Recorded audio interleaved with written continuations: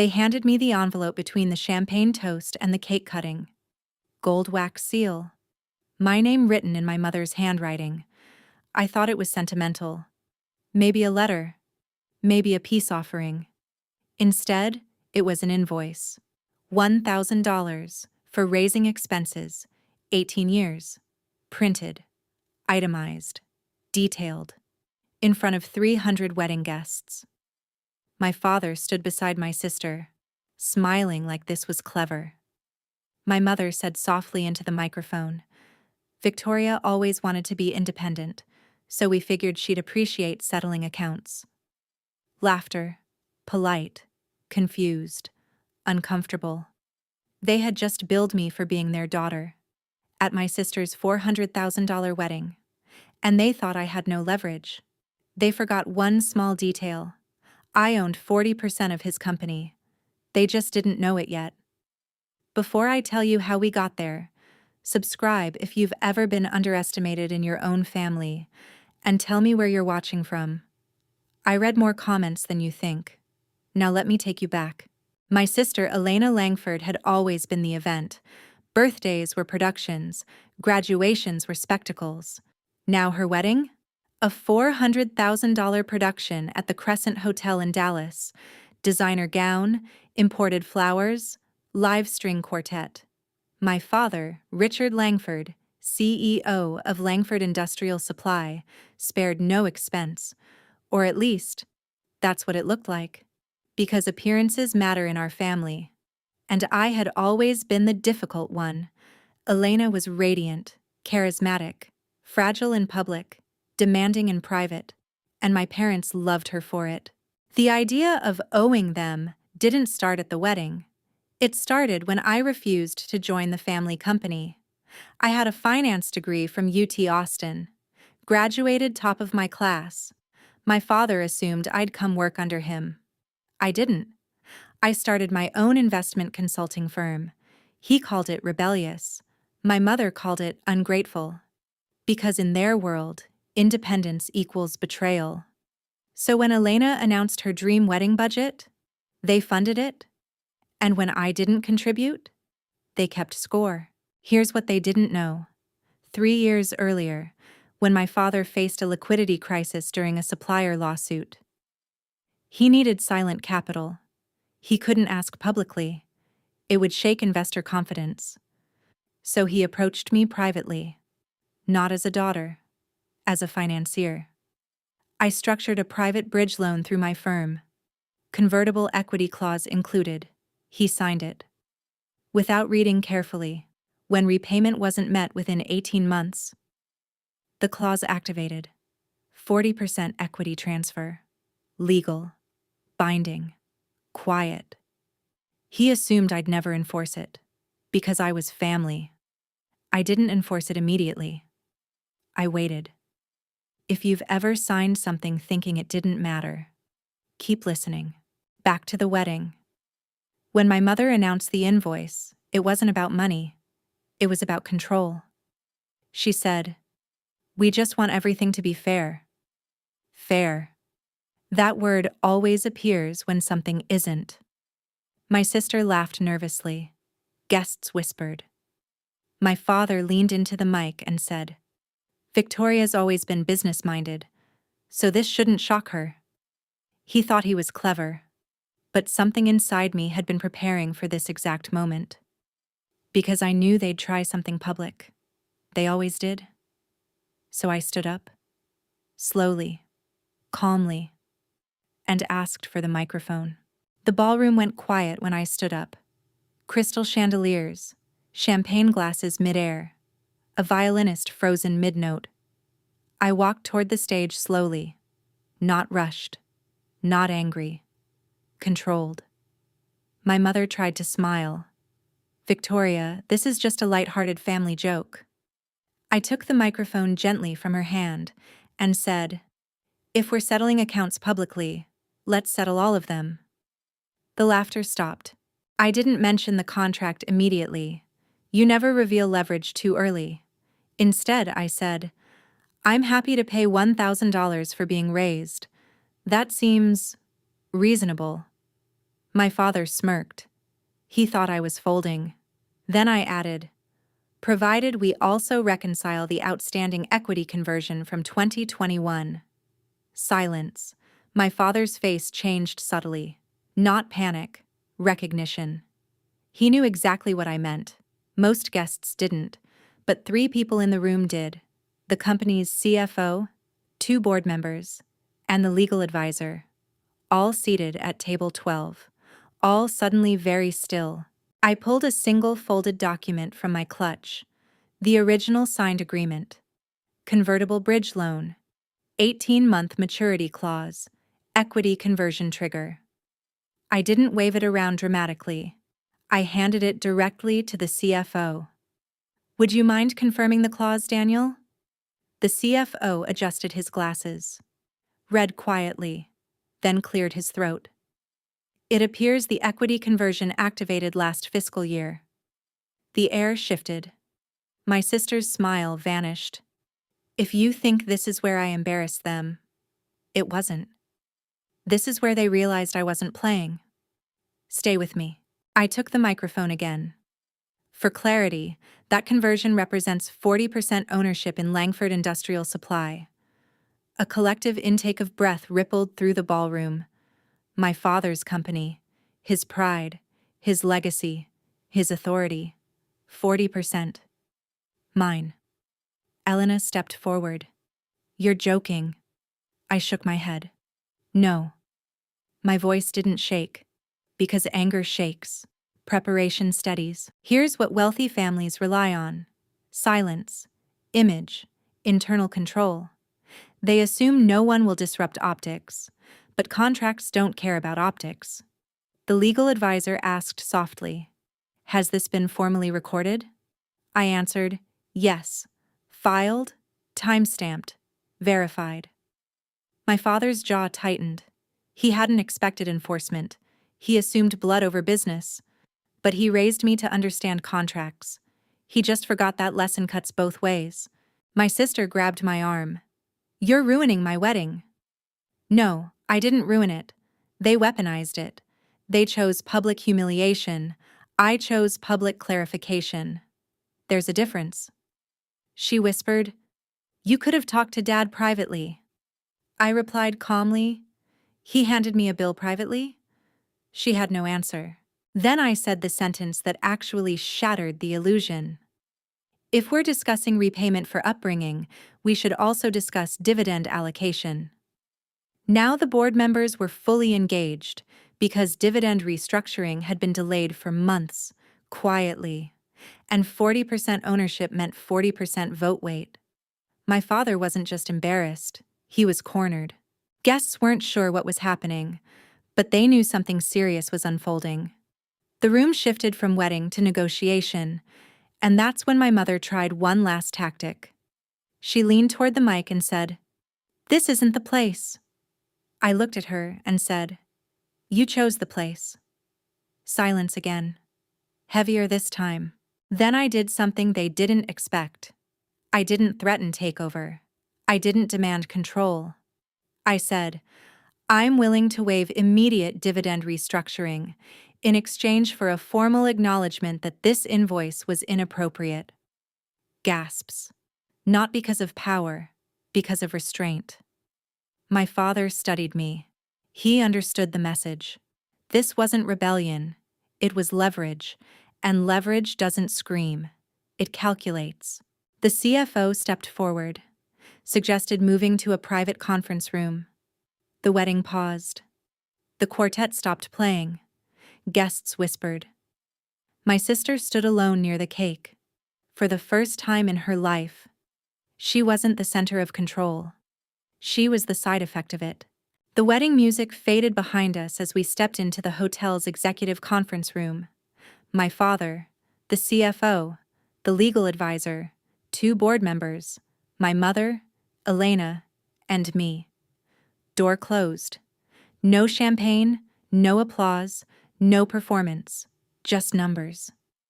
My father didn't sit at the head of the table. He sat across from me. That was new.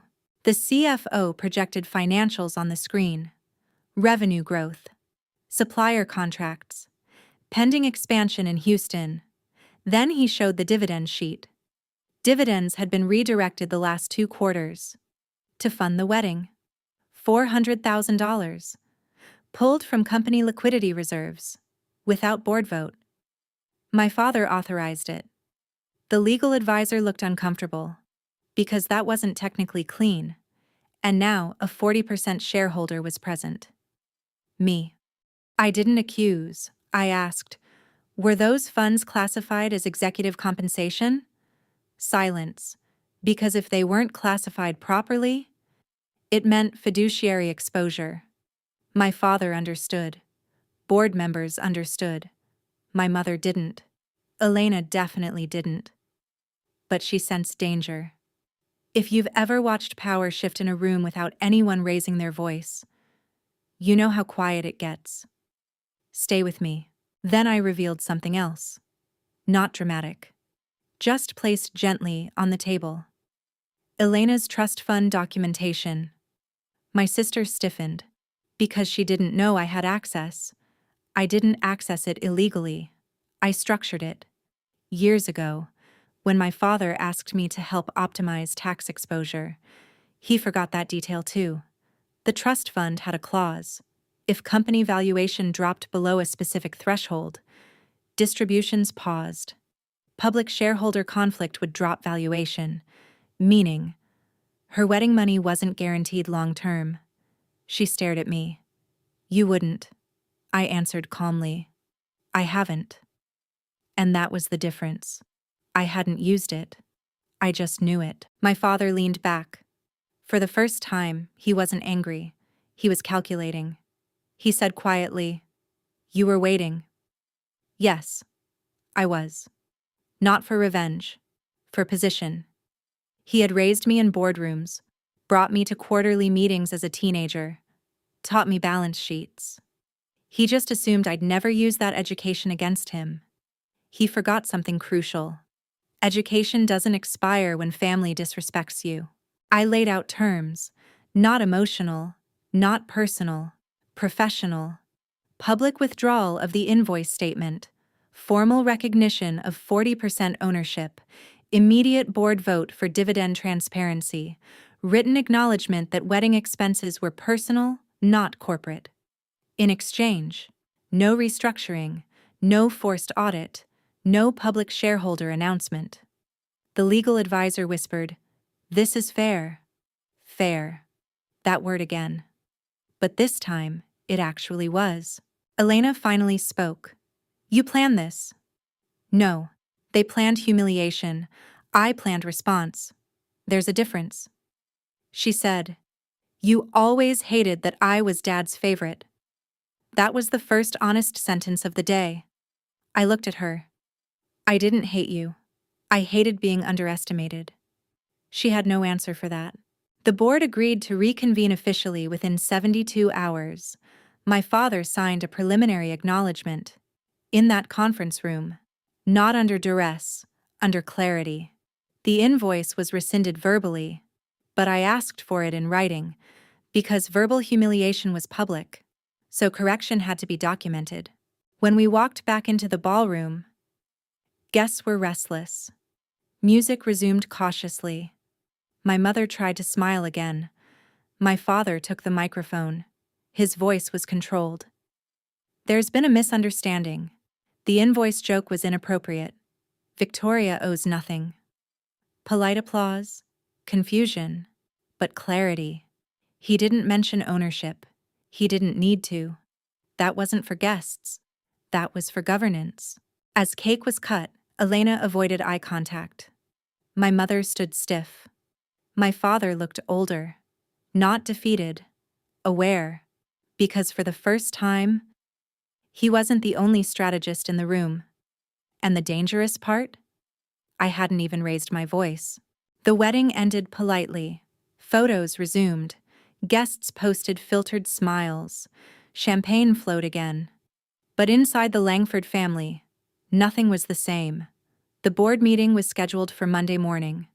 3 days. 3 days where my father had to sit with something new. He wasn't the only one who understood leverage anymore. And my mother? She tried something predictable. The night after the wedding, she came to my condo. No announcement. No driver. Just her. She stood in my doorway like this was still a hierarchy. Was that necessary? She didn't ask if I was hurt. She didn't apologize. She asked if my defense was necessary. I invited her in, calm, and said, "You handed me a bill in front of 300 people." She replied, "It was symbolic." I answered, "So was my response." She didn't like that. She tried guilt. "You embarrassed your father." I looked at her directly. He embarrassed himself. She changed tactics. "You'll destroy the company." No, I wouldn't. Because I owned 40% of it. You don't destroy what you own. You protect it. That's the difference between ego and equity. She realized something in that moment. I wasn't reacting emotionally. I was operating strategically. And strategic daughters are harder to control than emotional ones. Monday morning. Langford Industrial Supply Headquarters. Long glass table, polished wood floors, 12 leather chairs. This time, I wasn't seated as Richard's daughter. I was seated as shareholder. The vote was procedural. Recognition of equity conversion, dividend transparency enforcement, separation of personal and corporate expenditures, all passed. Unanimously. No one argued, because the paperwork was clean. And clean paperwork is unbeatable. If you've ever been underestimated because you stayed quiet, you understand this moment. Sometimes silence isn't weakness, it's strategy. Stay with me. After the vote, the legal advisor pulled my father aside. Quiet conversation. But I caught enough words. Public exposure risk. Shareholder disclosure. Wedding expense optics. He understood. If this had escalated publicly, investors would ask questions. Stock would wobble. Vendors would hesitate. I hadn't threatened it. But the possibility existed. And power often lies in what you don't say out loud. Elena called me that evening, not angry, not crying, cold. "You could have ruined everything," I answered honestly. "I could have." Silence. Then she said something revealing. "Dad's cutting my discretionary allowance." There it was. This was never about humiliation. It was about dependency. The wedding was spectacle. But spectacle funded by liquidity has consequences.